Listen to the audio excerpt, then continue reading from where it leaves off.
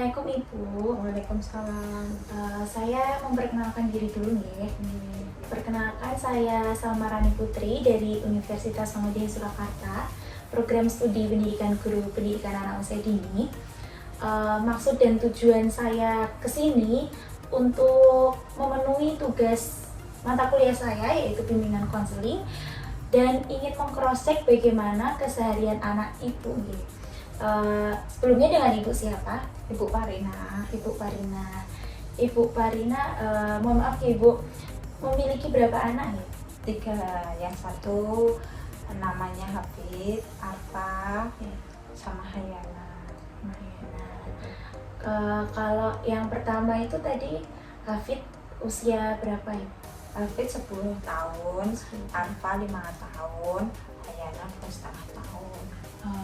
Baik, saya di sini ingin meng-cross-check yang tadi adik Arfa ya Ibu, yang anak nomor 2 nih, usia 5 tahun. Nah, bagaimana sih keseharian adik Arfa selama di rumah itu Ibu? Kesehariannya itu butuh bangun langsung ya, bangun mulai dari bangun tidur aja ya. Ya. Bangun tidur dia main, pasti main ke tangga, butuh keluar rumah lah ya. Entah mainan batu, pasir, ya anak kecil lah, biasa lah. Kalau umumnya anak kecil itu mainan apa mainannya sendiri. Terus sudah waktunya dia itu tiba-tiba lapar, kan anaknya suka makan. Jadi lapar, terus kalau enggak makan, terus saya waktu setengah jam udah waktunya sekolah, tak suruh mandi nggak mau, karena asik mainannya. Terus akhirnya mandi mau, itu saya bujuk untuk beli jajanan. Ayo sekolah bawa jajanan, bawa popcorn, bawa ini, bawa bekal, kan sukanya lebih banyak makan. Kalau nggak dibawain bekal mesti jahil, anaknya kan memang jahil, karena mungkin di lingkungan sini nggak ada anak kecil ya. Kalau di sekolah kan banyak. Jadi alhamdulillah anaknya itu kayak ramah juga sih, baik juga, cuman kayak kumat jahilnya itu ya jahil gitu anaknya. Akhirnya mau nggak mau dibawain, katanya Ustazah suruh bawain snack lah setidaknya gitu, takutnya kan jahil. Habis mau sekolah, mau beli, sampai sekolah saya bilang kalau mau sholat yang bagus ya, kan di sekolahnya diwajibkan sholat duha gitu. Nggak boleh gojek gitu, kadang kan gojek zaman anak juga, anak kecil. Terus kalau sama temennya nggak boleh dorong-dorong, nggak boleh ece-ecenan ya. Iya, walaupun nanti kan diulangi dengan anak kecil ya. Terus akhirnya ya di situ. Lalu untuk adik Arfa itu sendiri, apakah ada pola tidur siangnya atau bagaimana? Ada, sebenarnya ada. Cuman kan anaknya kadang mau tidur siang, kadang enggak.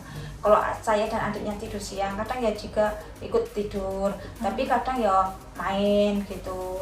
Sesukanya. Anaknya juga sih, terus sebenarnya anaknya ya juga ngompolan gitu.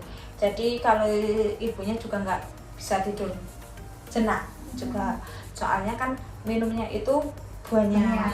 Pulang sekolah mesti tak suruh pipis. Katanya enggak, tapi sudah kroket-kroket gitu loh. Terus pipisnya banyak. Tadi sekolah udah pipis belum, mau pulang? Enggak, berarti pipisnya banyak. Terus ayo tidur dulu. Kadang-kadang kalau pulang sekolah minta HP lah, apalagi kalau dengar adzan. Kalau ibunya sholat, biasanya wes gage cari HP. Kalau nih sholat, jadi bapak main HP aja gitu.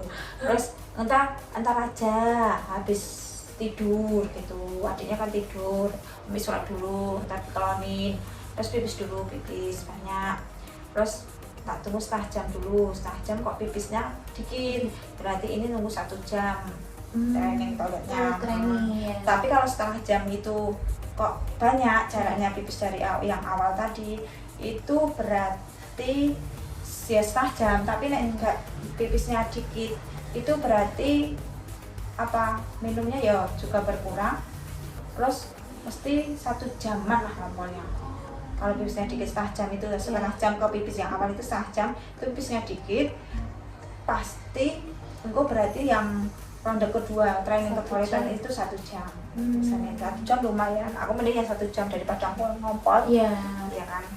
Lalu sejak kapan adik Arfa itu sendiri mulai mengompol itu? Ya dari kecil. Sebenarnya kan udah mau tak lepas pas tangan saya belum sakit kan. Kalau potong kan anaknya itu aja agak Pampersnya, lepas pampers. oh ya mau berlepas pampers. Terus soalnya anaknya juga nggak mau sebenarnya kalau pakai pampers. Oh. Tapi ya itu kadang minumnya banyak itu tembus pampersnya.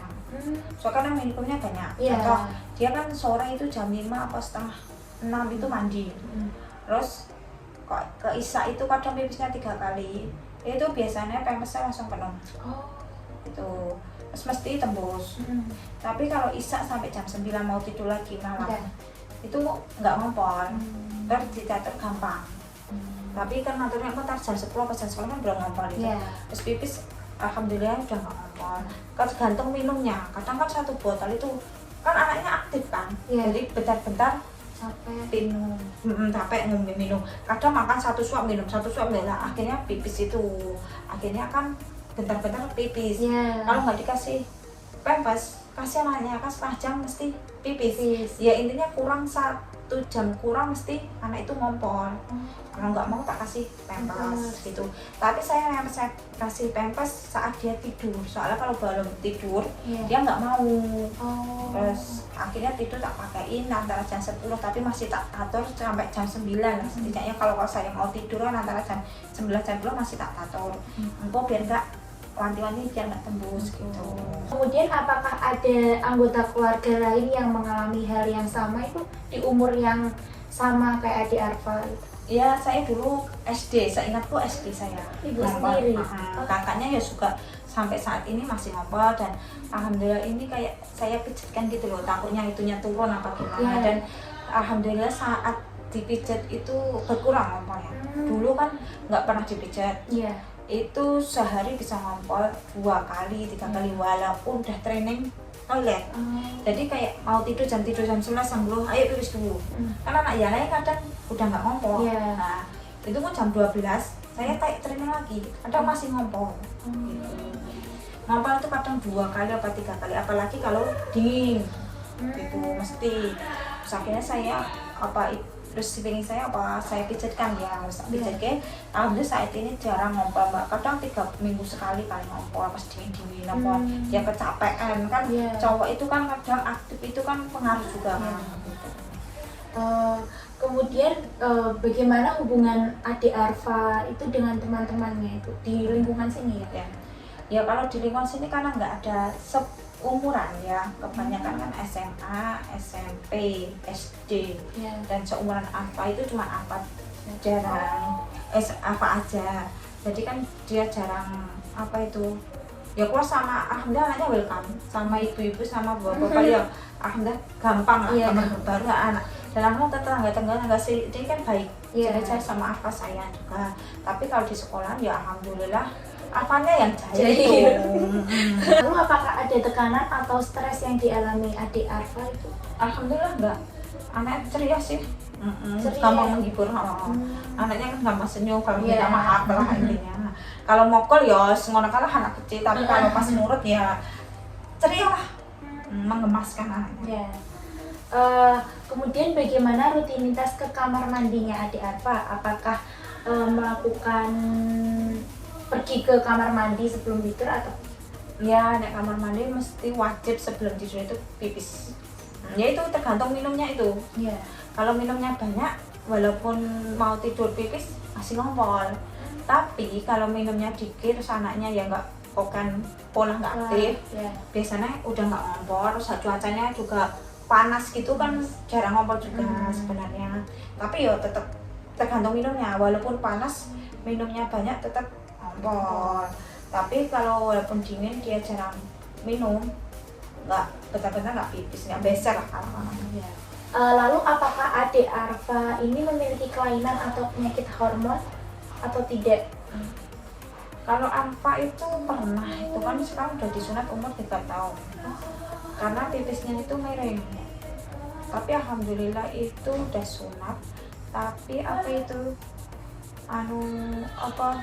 ada ya pijet-pijet anak itu loh, ibunya bilang Oh iya. bilang kalau anaknya itu pipisnya miring, makanya tak sunat mbak karena infeksi gini-gini. Dan alhamdulillah anakku nggak terlambat, akhirnya udah tak sunat. Emang kalau pipis itu miring, Iya. airnya itu larinya ke miring, kan harusnya ke lurus ke Iya. miring. Tapi kalau kakaknya itu mendung, Hmm. jadi mau nggak mau disunat. Tapi pas yang kakaknya itu dokter langsung kerjakan gitu loh, nggak ada Iya. masalah. Mungkin kan anunya si kakaknya itu besar, Iya. sedangkan adiknya itu kan kecil.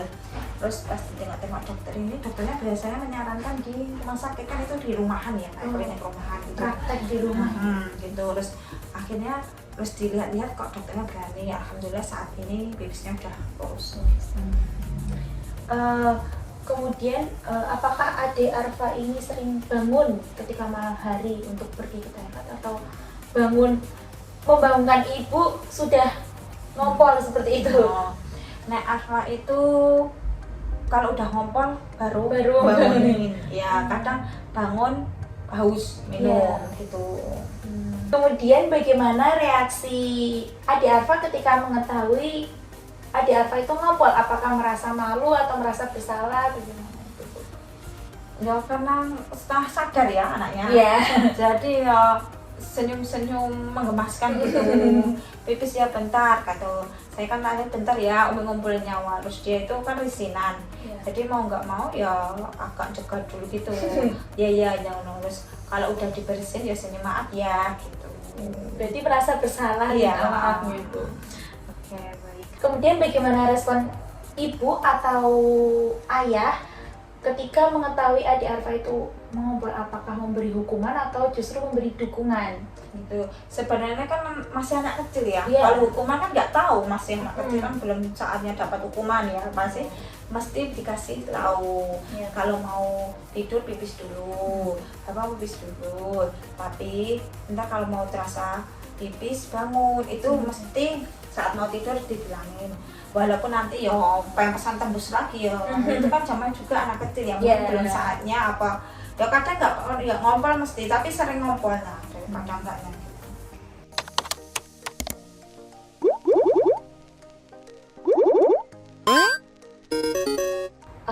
Baik, terima kasih Ibu. Mungkin cukup itu saja pertanyaan dari saya, dan saya ingin memberi sedikit saran ya Ibu. Semoga Ibu berkenan. Untuk yang pertama itu mungkin mengatur jadwal minum ya Ibu. Jadi membatasi asupan cairan anak sebelum tidur. Pastikan Ade Arfa ini cukup minum di siang hari dan mengurangi konsumsi air minum di malam harinya seperti itu. Kemudian ada membiasakan ke kamar mandi sebelum tidur. Tadi kan sudah ya Ibu. Kemudian bangunkan anak di malam hari. Jadi sesekali atau 2 kali itu bangunkan anak untuk pergi ke kamar mandi.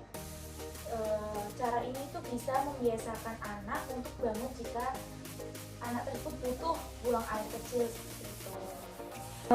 Mungkin ini ya Ibu, menggunakan alat bantu. Jadi kan ada yang jualan alarm ompol. Alarm itu akan berbunyi jika sensor mendeteksi kelembapan.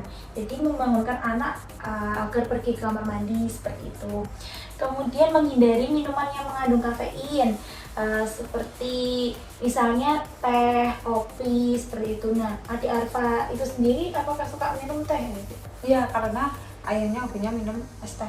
Oh. Jadi mesti minta kan paling nggak ya setengah lah. Ya, nah itu mungkin bisa dikurangi ya. Itu kan melancarkan kencing juga. Ya. Kemudian mengajarkan anak untuk latihan kandung kemih.